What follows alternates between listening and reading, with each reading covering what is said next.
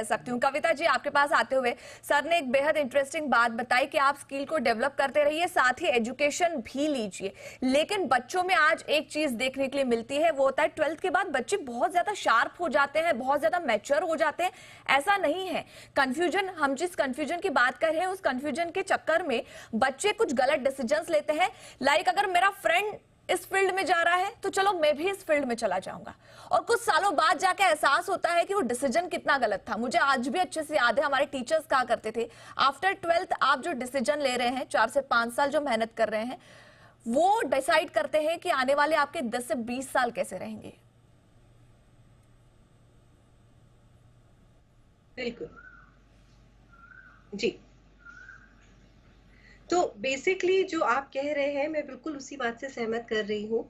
और सबसे बड़ी बात यहाँ पे क्या है, मैं बार-बार कह रही हूँ कि पेरेंट्स का सपोर्ट बहुत इम्पोर्टेंट है। एक टाइम था या आज भी कुछ परसेंटेज ऑफ द पेरेंट्स ऐसा होता है कि भई वो डिसाइड करते हैं कि बच्चों को क्या करना है। मुझे लगता है यहाँ पे कोलैबोरेशन होना चाहिए कि बच्चे अपनी रिसर्च करें, पेरेंट्स अपनी रिसर्च करें, थोड़ा घर में बैठ के एक फैमिली एज़ अ फैमिली वो रिसर्च करें, क्योंकि बहुत सारे एस्पेक्ट्स होते हैं कि बच्चे को क्या करना है, उसके लिए क्या सही है, माँ-बाप क्या अफोर्ड कर सकते हैं और बच्चा कहाँ तक पहुँच सकता है, ये भी एक फैक्टर होता है।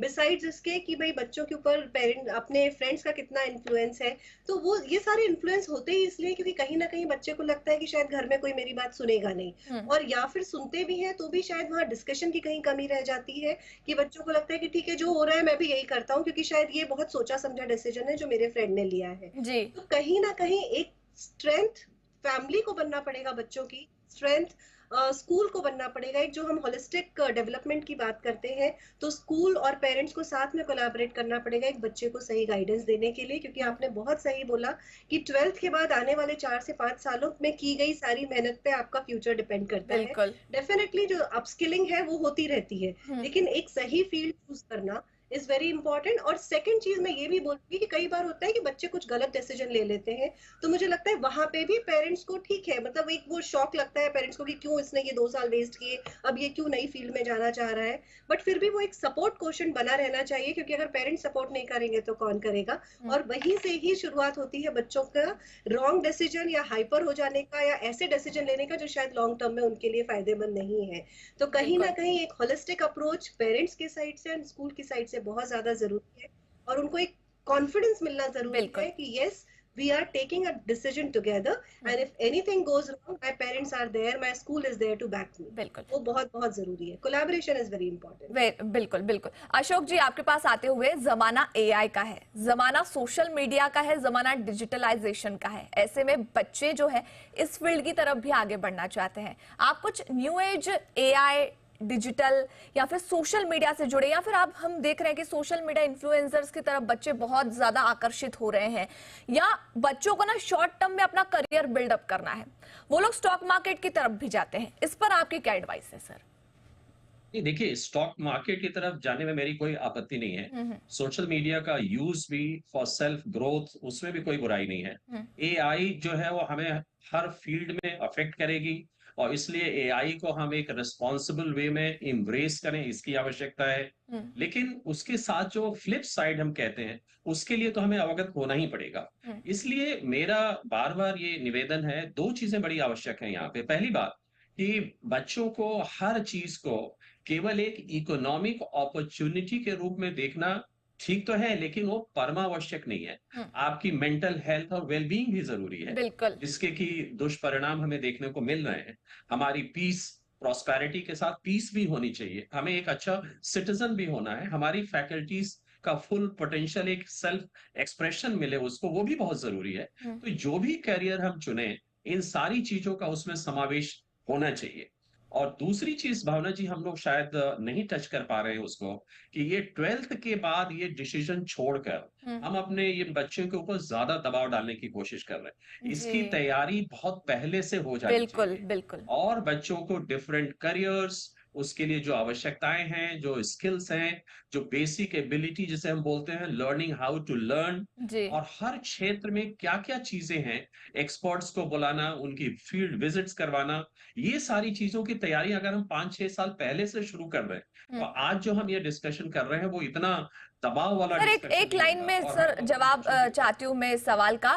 कब तक बच्चों को तय कर लेना चाहिए कि हमें आगे क्या करना है? देखिए, इसका एक कट ऑफ एज तो मैं नहीं कह सकता, लेकिन उसके ब्रॉड इंडिकेशंस आने लगते हैं। वो तो 9th से ही आने शुरू हो जाते हैं। 9th में ही बच्चा अपना रुझान दिखा देता है। वो न्यूमरेसी की तरफ जा रहा है, वो साइंस की तरफ जा रहा है, वो एनालिटिक्स की तरफ जा रहा है, वो सोशल साइंसेज में है, वो एंथ्रोपोलॉजी में है। उसका इंटरेस्ट कहाँ? धीरे-धीरे ये चीजें आने लगती हैं।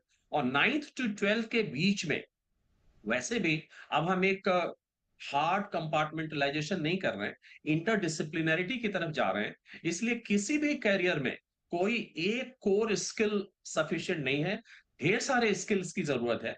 तो मेरा कहना यही है कि चुनाव तो 12वीं के बाद होगा। बहुत लोग तो ग्रेजुएशन के बाद चुनाव करते हैं। बहुत लोग तो एक करियर चुनने के बाद फिर वो अपना करियर चेंज कर सकते हैं। लेकिन वो कट ऑफ एज तो मैं नहीं कह पाऊंगा। हो सकता है विराल बता सकें, he is better equipped for this. लेकिन वो तैयारी 8वें 9वें से शुरू हो जानी चाहिए। इतना तो मैं अपने अनुभव के आधार पे कह सकता हूँ। कम समय की अब इजाजत जो है वो दे रहा है, बेहद कम समय जो है अब हमारे पास बचा है। मैं तीनों ही हमारे गेस्ट के पास एक वन लाइन एडवाइस चाहती हूँ। विराल जी, आपसे शुरुआत करते हैं। बच्चों को आप अपनी तरफ से क्या एडवाइस देना चाहेंगे? One line advice sir. या एडवाइस खाली यही है कि आज लोग डर रहे कि एआई आ गया तो हमारी जॉब्स चली जाएगी, ये बिल्कुल। होगी वो होगी। आप जरा भी डरो मत, क्योंकि आज से सालों पहले भी ऐसा ही होता था। कोई भी टेक्नोलॉजी, कोई भी ट्रेंड नया आता है, लोगों को डर लगता है। जब भी फैक्ट्री आ गई तो लोगों को लगा यार हमारी नौकरी चली जाएगी, लेकिन आज फैक्ट्री की वजह से कंप्यूटर उसका बेहद अच्छा एग्जाम्पल है सर। 100% कंप्यूटर आ गया तभी सब लोग डर रहे थे, लेकिन आज उसके वजह से बिल्कुल। कितनी नौकरियां मिल रही है। तो सेम वे एआई भी ऐसा ही है। आर्टिफिशियल इंटेलिजेंस से लोग डर रहे हैं, लेकिन आपको डरना नहीं है। इनफैक्ट आपको वो सीखना है, क्योंकि आने वाले टाइम पे आपकी ही डिमांड होगी। अगर आपको एआई के टूल्स आते हैं, आपको बिल्कुल। एआई यूज करना आता है। इनफैक्ट आप एआई के कुछ ऐसे सॉफ्टवेयर बनाने की ट्राई करो, साथ ही साथ मिल करके। मेरे इंस्टाग्राम चैनल पे मैं जस्ट अगेन मेरे बारे में बात कर रहा हूँ। आज 8.5 लाख से ज्यादा लोग मुझे फॉलो कर रहे हैं, जहां पर हम यही सारी चीजें बता रहे हैं कि आप शॉर्ट टाइम में, जैसे अशोक जी बता रहे थे, आप बता रहे थे कि आजकल के बिल्कुल सर मुझे कविता जी के पास जाना है। कविता जी, आप वन लाइन एडवाइस दे दीजिए सर। मैम जल्दी। बिल्कुल बिल्कुल। तो मैं सारे स्टूडेंट्स को यही बोलना चाहती हूँ, सबसे पहले तो बहुत बहुत शुभकामनाएं आपके आने वाले रिजल्ट्स के लिए। दूसरा, अपने पैशन को पहचानिए, अपॉर्चुनिटीज को एक्सप्लोर कीजिए, अपने एक्सीलेंस को परस्यू कीजिए कि आप क्या सबसे अच्छा कर सकते हैं। डेडिकेटेड रहिए, डिटर्मिनेशन अपना बना के रहिए, और साथ में सभी बिल्कुल। पेरेंट्स और टीचर्स और स्कूल्स को मैं बोलना चाहती हूँ कि इन बच्चों को सपोर्ट कीजिए। बिल्कुल, माफ कीजिएगा अशोक जी, आप तक नहीं आ पाऊंगी मैं, मुझे यहाँ रुकना होगा।